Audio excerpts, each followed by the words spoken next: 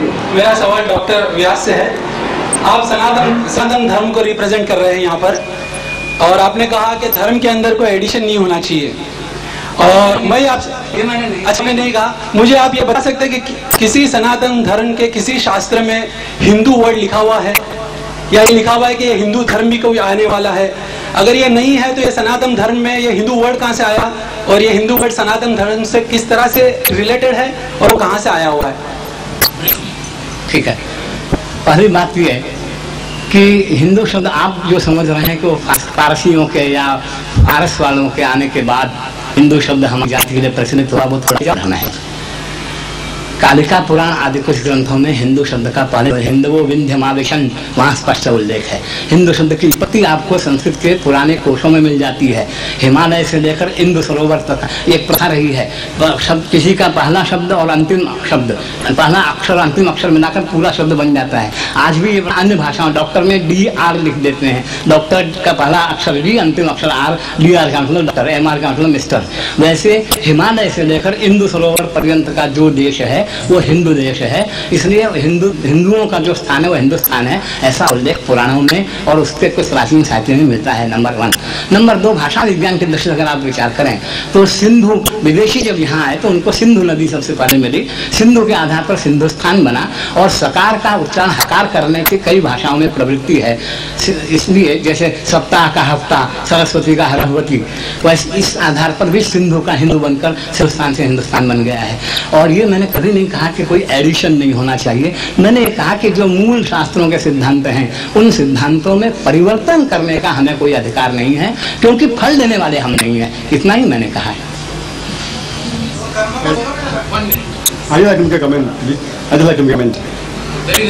Very briefly.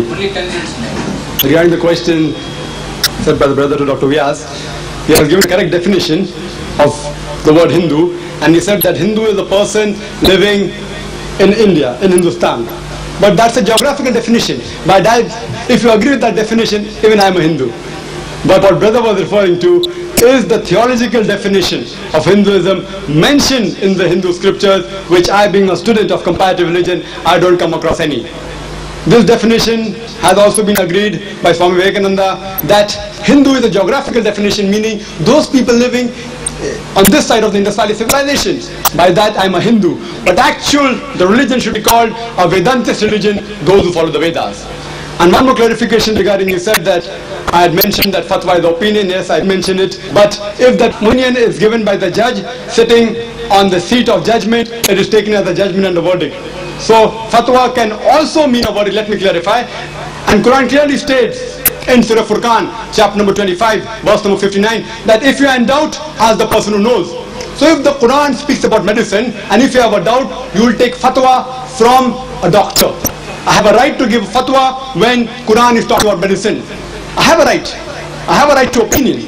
But if it's talking about fiqh and asail, I can give fatwa, but it will have no value. You'll have to go to a faqih. So in the same way, if the fatwa is given by a judge sitting on the judgment seat, it is taken for verdict. But given by a layman, it is just a layman's opinion.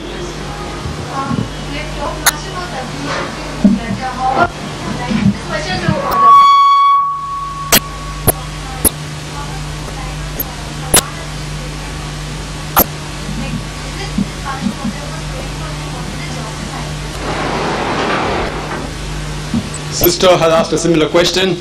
She said, we have talked enough of Taslima Nasreen Zajja. Now we're going to talk on the satanic verses, and I can give a lecture on that, which I don't intend doing. Regarding the verdict, again it comes to the same thing as I mentioned earlier, the verdict does not change. Same rule. But if you want me to throw some light on the satanic verses, I do agree that Salman Rushdie has abused our beloved Prophet Muhammad, may peace be upon him. He has abused his wives, etc., who are the Umm-ul-Mu'mineen, the mothers of all the Muslims. He has. But what I fail to realize, that why hasn't some scholar thrown some light on what else has written on that book, which I will give my opinion. Why I'm giving the opinion? Because I have read that book, Satanic Verses. I have read that. If you want to read, you can go to London or America. There's a copy freely available. I had been to London and America. Just giving a gist on what Salman Rushdie, besides he abusing the Muslim characters, he has even abused his protectors. The London people, the British government who has protected them, he has abused them. On the very first page, or you could say the first page of the first chapter, actually it's page number 3, he has abused the Londoners. He says, London bhai, the first page of first chapter, page number 3. London bhai, and he abuses. I can't use that word, believe me, I can't use that word. I tried to use that word when I'm having a dialogue or debate with a priest while I was putting the Bible in Deuteronomy, chapter number 23, verse number 2, which says, the dash, I don't want to say the word, the dash, shall not enter the congregation until the 10th generation. If you want to know the exact word, I'll just give a small brief joke that when there was a party going on, everyone wanted something on the table, did some rhyming. So the Duke said, Queen so fine, pass the wine. The one person whose English pronunciation is not bad, and he wanted to have some custard. So he said, Duke the dash, pass the custard. So now you know what the word is. If you don't know, you can refer to the Bible. It is mentioned 3 times. And Salman Rushdie used that word 29 times. 29 times. Imagine. And the irony is that the British government speaks of freedom of speech. According to an article in the Daily News in London, 22nd of May 1989, there was a big article called for ban. Ban for whom? Not for Salman Rushdie. Call for ban for Mickey. He was an actor from America. Mickey, he came and he used the 4-letter word for the policies of Margaret Thatcher. I sure you don't want me to repeat that 4-letter word. It is father, uncle, cousin, king. Still, if you don't know, ask the person who knows. He used that 4-letter word to describe the policies of Margaret Thatcher, and the MPs, the Tories of the parliament, they said call for ban. Now Salman Rushdie uses that same word, but makes it active, adding ing, 4-letter, he makes it 7-letter. And in one paragraph, on page number 270, in one paragraph, he uses that word 4 times. 4-letter word, ing, making the acting, describing the activities of Margaret Thatcher, and it goes down the throat of the Britishers. Why this biasness? An American actor uses a 4-letter word for Margaret Thatcher's policy, you call for ban. And none of those people who supported Salman Rushdie raised their voice to support that American actor. Why? Why the double policy? Because he uses it 4 times, making it active. And if you read that book, he's used that word 52 times, 1 for each week, 52 times. I've read the book, therefore I'm saying. And 5 times he's used only that 4-letter word. You can make a dictionary out of it. Ing American, ing allies, all these you can make a dictionary out of it.